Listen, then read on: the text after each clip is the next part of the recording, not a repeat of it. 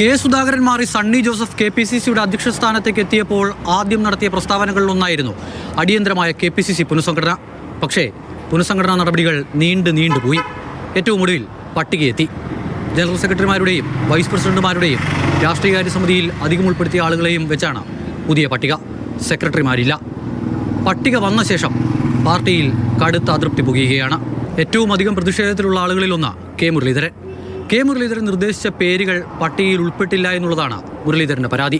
കോതമംഗലത്തു നിന്നുമുള്ള ഹാരിസിൻ്റെ പേരായിരുന്നു മുരളി നിർദ്ദേശിച്ച ഒന്ന്. അത് പട്ടികയിലില്ല. എന്തായാലും കഴിഞ്ഞ കുറേ ദിവസങ്ങളായി UDF നടത്തുന്ന വിശ്വാസ സംരക്ഷണ ജാഥയുടെ ക്യാപ്റ്റനായിരുന്നു കെ മുരളീധരൻ. ആ കെ മുരളീധരൻ ഇന്ന് ചെങ്ങന്നൂരിൽ നടക്കുന്ന പരിപാടിയുടെ സമാപനത്തിൽ പങ്കെടുക്കില്ല എന്ന് ആദ്യം വാർത്തകൾ വന്നു. ഗുരുവായൂരിലാണ് എന്നാണ് കെ മുരളീധരൻ അറിയിച്ചിരുന്നത്. എന്നാൽ ഒടുവിൽ സമവായ നീക്കം നടന്നു. VD സതീശൻ മുരളീധരനെ വിളിച്ചു. ഒടുവിൽ മുരളി ചെങ്ങന്നൂരിലേക്ക്.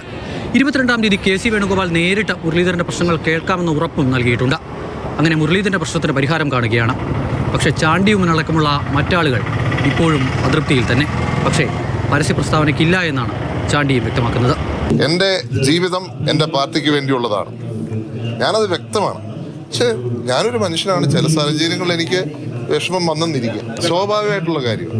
ഇപ്പം അവിടെ പാർട്ടിയുമായിട്ടുള്ള പ്രശ്നങ്ങൾ, പാർട്ടിയുമായിട്ടുള്ള ഇഷ്യൂസ് ഞങ്ങൾ പാർട്ടിക്കകത്ത് സംസാരിക്കും. പുനഃസംഘടനയിലെ അതൃപ്തിയെ പറ്റിയുള്ള ചോദ്യങ്ങളോട് ക്ഷുഭിതനായാണ് പ്രതിപക്ഷ നേതാവിന്റെ പ്രതികരണം. അദ്ദേഹം ഗുരുവായൂർ എല്ലാ 1-ാം തീയതി പോകുന്ന ആളാണ്. അദ്ദേഹം പോയി നിങ്ങൾക്ക് ഇതൊക്കെയല്ലേ വേറെ വാർത്തയൊന്നും, എന്തെല്ലാം കാര്യങ്ങൾ രാജ്യത്ത് എന്തെന്ന് നിങ്ങൾക്ക് വേറെ യാതൊരു ജോലിയില്ല. രാവിലെ ഇത്രയും ചോദ്യങ്ങളായിട്ട് എന്നെ കാണാൻ വരണ്ട.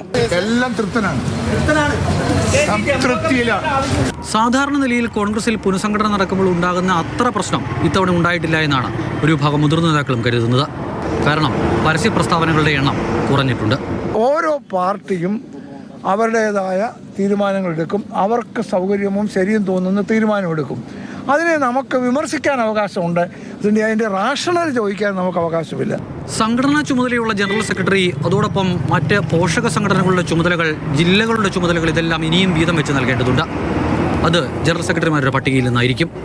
ഇപ്പോൾ അതൃപ്തിയുള്ള ആളുകളെ എല്ലാം ഉൾപ്പെടുത്തി സെക്രട്ടറിമാരുടെ പട്ടിക അധികം വൈകാതെ പുറത്തിറക്കാനാകുമെന്നാണ് KPCCയുടെ പ്രതീക്ഷ. അമൽ തേൻപറമ്പിൽ, മാതൃഭൂമി ന്യൂസ്, തിരുവനന്തപുരം.